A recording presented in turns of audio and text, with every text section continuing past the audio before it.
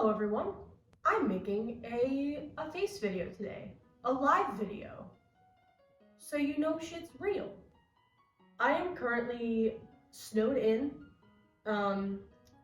somebody's home that I'm actually dog sitting for. Everyone meet Archer, he's a love, but he needs to stop licking himself. Anyway, I'm here to discuss something that's been heavy on my mind recently. It has more to do with how I'm feeling about the state of art.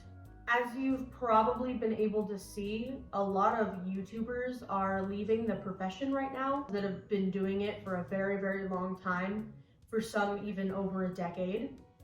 And while it is natural for retirement to happen, I saw a very interesting take on TikTok that I wanted to talk about. I feel that everything these days is being more reduced to AdSense and AI than ever before. Tom Scott even made reference to this in his retirement video, where he talked about the fact that people are already starting to use AI to generate channel content and make YouTube videos. And while it's not very good right now, it's only going to get better. And that scares me. Over on TikTok, the platform isn't even the same as it was 3 years ago, as it was 1 year ago. And not for the better. I can't scroll by 3 videos without seeing an advertisement for something. Like, TikTok has a shop now. Cutting you off. TikTok has a shop now? What the fuck? I feel that we're living in a dystopian universe where our social media doubles as the new Amazon. YouTubers and other because like let's be honest, YouTubers are small filmmakers. Filmmakers are quitting in droves because of robots making videos. And we're having to use silly filters with makeup or backgrounds in order to stop actual genocides from happening across the planet. It's been a little weird for me because somebody recently asked me whether or not I would ever be monetizing the Wet Blanket channel. Okay, so we've upgraded to licking our genitals, I see. Anyway, they asked me if I would ever be monetizing Wet Blanket. And the answer is no. One, why would you even ask me that? I've got I'm not popping off. Obviously, I appreciate everybody that watches, and I'm appreciating you for watching right now, but my intention for Wet Blanket was never to pop off. I don't want internet fame. Plain and simple. I know that I don't want to be famous on the internet. It sounds like an awful gig, you know what I mean? The fact that they would even, they see my content, they see this stuff that I work so hard on, and the first thing they ask is like, when are you gonna start making money from this? I feel like as humanity, we've kind of lost the plot. I feel like nobody makes art for art's sake anymore. I feel like it always has to be for monetary gain, or for fame, or for recognition. And I understand that making money is important. And let's say you make art on the side. Well, if you're having an actual, a different job to keep the lights on, and then you're making art on the side, it kind of makes making art a lot harder because you have less time. So a lot of people want to cut out the middleman. The problem is, when something becomes your job, you're not just doing it for fun anymore. You're doing it to continue to live. And work slowly becomes your life.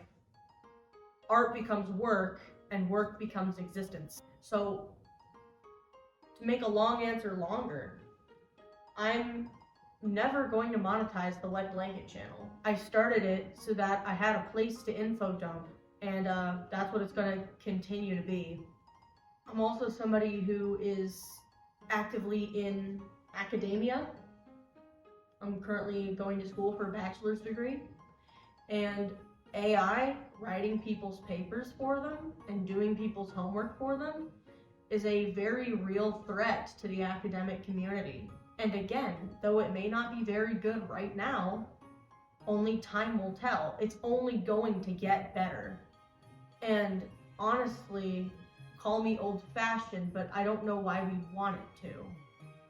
Sure, if there's a way that AI or robots or whatever could do all of our jobs for us so that we could do the things that we love with this 75 years we have on this planet, I suppose that would be fine. There have been a number of movies that have been written and filmed as to why we shouldn't do that, but bro was really mad I'm not letting him lick himself. I suppose that would be fine if we did that, but as it stands, I don't feel like I should have to tell people not to have robots write your papers for you, especially if you're in college. You know, in high school, I guess, I get it a little bit more because you're kind of forced to be in all these classes and they're not things that you actually enjoy. So I kind of get a little bit more having robots write your paper, but in college, you're paying thousands of dollars to be there. Why are you not going to do the work? I'm gonna get this guy a toy. I think he needs a toy. He has no clue what he is doing to himself. Anyway, yeah, a lot of big YouTubers are quitting right now. Some of them, it's because it went from something they loved to something that they had to do to live. For some of them, it's the rise of AI. Either way, I want everybody watching this video to think about art. And if you're an artist watching this video, though it may be hard, I implore you to never forget why you created. And I think as a world, we need to start making art for art's sake again. And I think that now is a more important time than ever to support small creators that do take the time to put things out there for free. Because at the end of the day, unless you're paying fucking $18 a month, which is ridiculous, for YouTube Premium, YouTube is a free service, and there are people putting entire documentaries, like theater-worthy documentaries worth of information and production quality out there for us to view for free. And yeah, most of them make money off of it and keeps a lot of people employed, and good for them. But would you rather watch this person who is putting out this entire production with a team and fact check information, or would you rather watch somebody who just paid a quick AI site to write a script and film a video and put it on to the platform? I feel like it's only going to get harder and harder to tell who is who. And I think that as consumers and as artists, we need to be conscious of that. And I think the world needs to become a lot more human again, because I don't know where we're headed. And I don't know who's making all these decisions.